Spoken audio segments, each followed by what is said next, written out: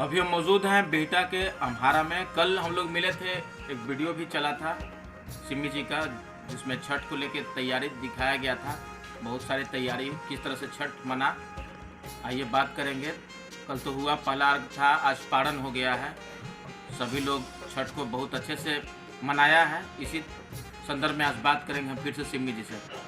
छठ तो मन गया, अब दिखा भी रही थी, कल के विजुअल में देखने को मिला लोगों को कि प्रसाद बन रहा था। बहुत तरह की तैयारियों के बारे में बताइए आप। गीत भी गाई थी छठ माता को लेकर, पूरा बिल्टा में देखा। अब क्या कहेंगे? अब ये बोलेंगे कि छठ, जैसे छठ खत्म होने के बाद ऐसे लगता है जैसे घर में एक बड़ा सा कोई शादी विवाह है और खत्म हो गया। और छठ के दूसरे दिन अखाड़न है, तो आज शाम तक तो हम लोग व्यस्त ही रहते हैं। सब लोग आते हैं, भोजन करते हैं, फिर सब जगह ठेकुआ भी जाना, अपने बीच का जो भी है, आपका गाँव हुआ, मोहल्ला हुआ, महफिल हुआ, ससुराल में प्रसाद का वितरण करवाते हैं। उसके बाद फिर हमारे जो गेस्ट आते हैं वो जाते हैं, तो फिर विदाई में ही करते रहते हैं। तो छठ के बाद 2 दिन तक तो हम सारे लोग, जितने भी लोग फास्ट में रहते हैं, सब बहुत। प्रसाद का बात हो गया, छठ की बात हो गई, छठ बीत गया। फिर से चुनाव के लिए लोग लगेंगे तैयारी में। आप भी लड़ रहे हैं चुनाव नगर परिषद? जी, मैं लड़ रही हूँ और मैंने सुना था और पढ़ा भी था कुछ लोगों का, ये सब बोल रहे थे कि चुनाव आ रहे हैं तो सब साथी निर्भर है, चुनाव में खड़े हैं।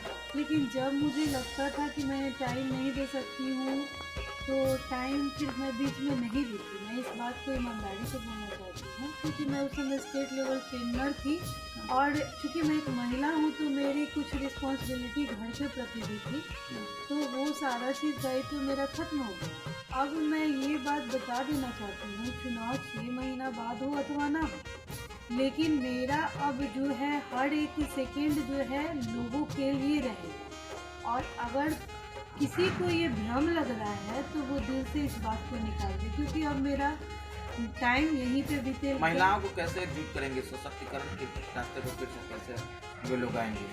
जी, सशक्तिकरण की बात आप बोल रहे हैं। मैंने तो देखा है इस चुनाव में, मैंने देखा है कि बहुत सारे प्रत्याशी जो खड़े हैं उनके साथ बहुत लोग घूम रहे थे, तो सेम लोग भी उनके साथ भी घूम रहे थे, हमारे साथ उनके साथ भी घूम रहे थे, हमारे पास।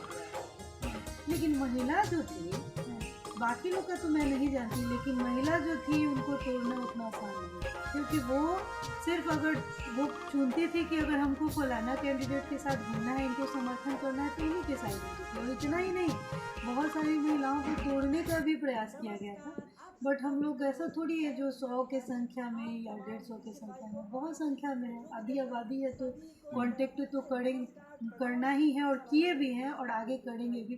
क्योंकि मेरा जो फ्यूचर में भी जो भी हम करेंगे, तो डेवलपमेंट के अलावा महिलाओं को सशक्त करना, उनका रोजगार मुहैया करना, ये मेरे प्रायोरिटी में है। तो मैं अपने प्रायोरिटी को चाहे पद पे रहूँ ना। आज घरेलू हिंसा को लेकर भी महिलाओं को दबाया जाता है। जी। किस तरह से इस बात को आप उस महिलाओं में विश्वास पैदा करेंगे, जिससे कि वो लोग एकजुट होकर समाज में अपना ताकत पेश करें, अपने आप को बता सके कि हम भी आज काफ़ी मजबूत हैं, हम किसी से कम नहीं हैं? जी, घरेलू हिंसा की बात आप करेंगे तो बहुत हद तक हम ये बोलेंगे कि इसमें सारे लोगों का योगदान रहता है। बहुत जगह देखेंगे कि मैं महिला हूँ, लेकिन अगर वैसी महिला जो दहेज को बहुत डिमांड कर रही है या गलत चीज़ का सपोर्ट कर रही है, तो फिर भी मैं उसका विरोध करती हूँ। आपको मैं बता दूँ कि बहुत सारी महिलाओं का एक्ट है, जैसे कामकाजी महिलाओं के लिए आता है कि वो कितने बजे तक काम करेंगी, कितने बजे घर वापस आएंगी, कितना केजी उनका वजन उठाना है, या फिर कोई थाना में कोई केस हो जाता है तो कितने बजे के बाद आप महिलाओं को अरेस्ट नहीं कर सकते हैं। महिला को अरेस्ट करने के लिए महिला सिपाही का होना जरूरी है। वैसे बहुत सारी जो महिला की जो एक्ट है उन लोगों को जानकारी नहीं है। तो ये चुनाव का जो भी हो, बट सबसे पहले मेरा उद्देश्य यही है कि लोगों को सशक्त करना। आप देखिए कि अभी कोरोना जो आया था, कोरोना का टीका सरकार की तरफ से सब जगह के लिए अवेलेबल था, लेकिन लोग जागरूक नहीं थे। वहाँ 2-4 लोग एक्टिव थे, तो लोगों को ये चीज़ लगा कि इनके माध्यम से हुआ। ऐसा नहीं है, जो भी होता है सरकार करती है, बहुत सारी योजनाएं रहती हैं, लेकिन उसका जानकारी लोगों को देना और लोगों के लिए मतलब सुगम सारा कुछ उपलब्ध करवाना, यही मेरा लक्ष्य है। और मैं चाहती हूँ कि मैं ब्रिज कर पाऊँ। क्या माना जा सकता है कि आप राजनीतिक पार्टी से भविष्य में जुड़ पाएंगी? मैं जी मैं पर्सनली पार्टी से तो नहीं जुड़ी थी, लेकिन पर्सनली हमको लालू क्या जी इस तरह का सदमा मिलेगा क्या बिहटा के लोगों की भविष्य में आप राजनीतिक पार्टी से जुड़ पाए?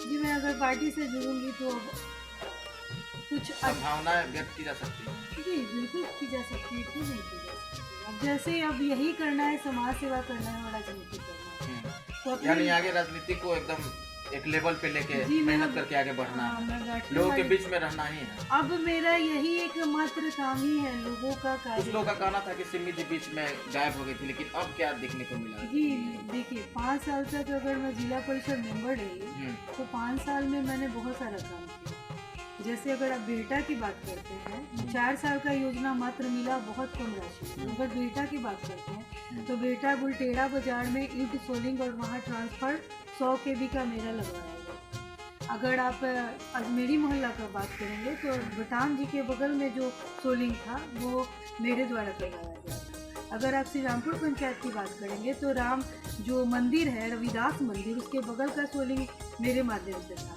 सरपुरदीनपुर में सोलिंग हुआ था, आपको बहपुड़ा में हुआ था।